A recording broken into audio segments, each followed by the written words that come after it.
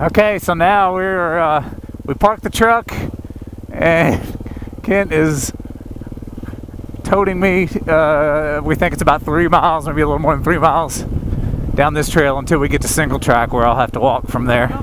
Oh, I think we got a little air right there.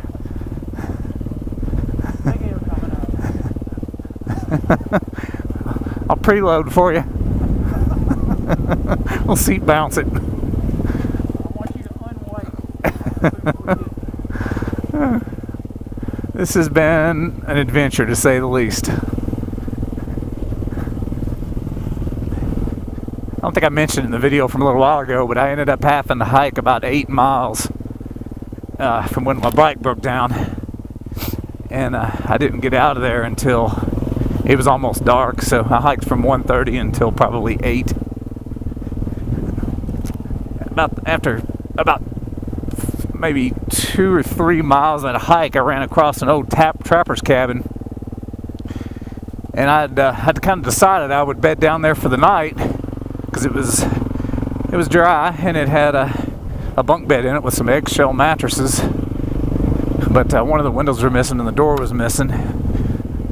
But I could deal with that, so then I got into my bag and got my bivvy out and my daughter's Eno hammocks, and they were both soaking wet, and I was soaking wet, so I knew there's no way that was an issue, as it was going to get down into 30s that night. So I had to just make the call and just hike the rest of the way out, and it was mentally and physically exhausting.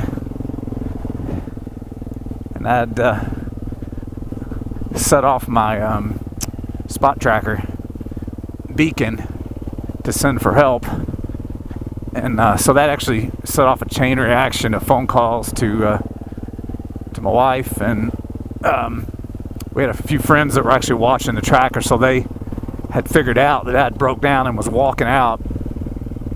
But the people at Spot, I think they radio the search and rescue people. And then when the search and rescue people saw the maps, they saw that I was moving, so they did not send out a rescue party, which in hindsight, that was a good thing. It would have been a waste of resources.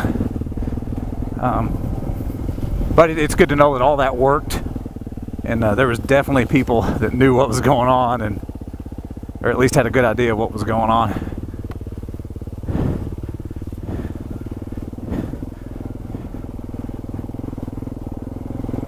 Big thanks to Randy Block and Roger Lorem and Justin Seifert and Kevin Dowdy. They were all watching for us, and then Martin Hackworth, of course, the creator of the trail. They all knew what was going on and was keeping a real good watch on me. But once I hiked out to that trailhead, there was a gentleman there from Fish and Game who was doing fish counts. He was at the beginning of a 8-day stretch, camped out there, doing fish counts and fish tagging. So he had a satellite phone and allowed me to call Kent, who was at Loxa Lodge waiting for me. He'd been there for several hours, so then Kent was able to let everyone know that I was okay, and I was going to make my way back. And then the Fish and Game gentleman made a call to his supervisor, and whose supervisor allowed him to drive me 45 miles to Loxa Lodge. So and then another good Samaritan there at Loxa Lodge gave us a ride an hour back to Lolo, Montana, where we got a room, and that next morning my friend Jason Perry said that he would send me his ignition switch off his DR next day air it. So we ended up getting that this morning, I don't know, around 10 o'clock, and then we made our run out here. So that's how this is all panned out.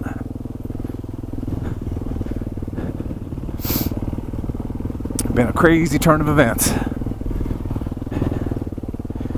From freezing cold and soaking wet 2 days ago to having a really nice day today, probably low 70s, sunny. Couldn't ask for a better day.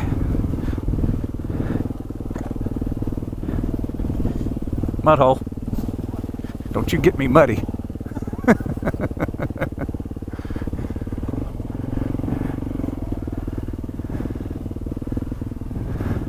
This is a nice little trail. This is actually it's one of the alternate or solo trails that allows those guys, or at least the solo guys, to bypass the really super hard stuff that they don't need to be doing by themselves. And then it's an alternate, so if the main route is impassable by a tree or a rock slide or whatever, you can come back and hit the alternate.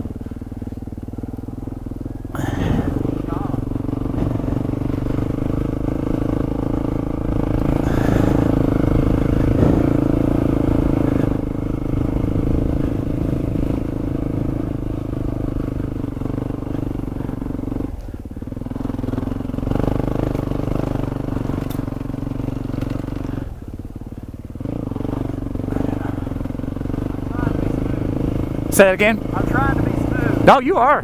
This is working really well. We're way over halfway. Nice.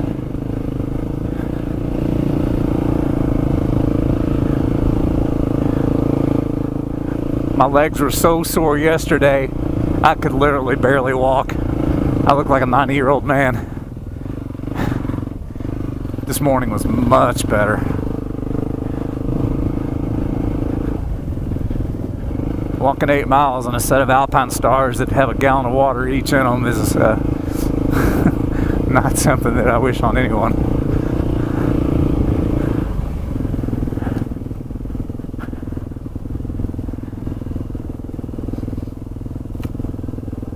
All right, I'm gonna shut this off for a little bit, and we'll pick it back up when I get on the single track.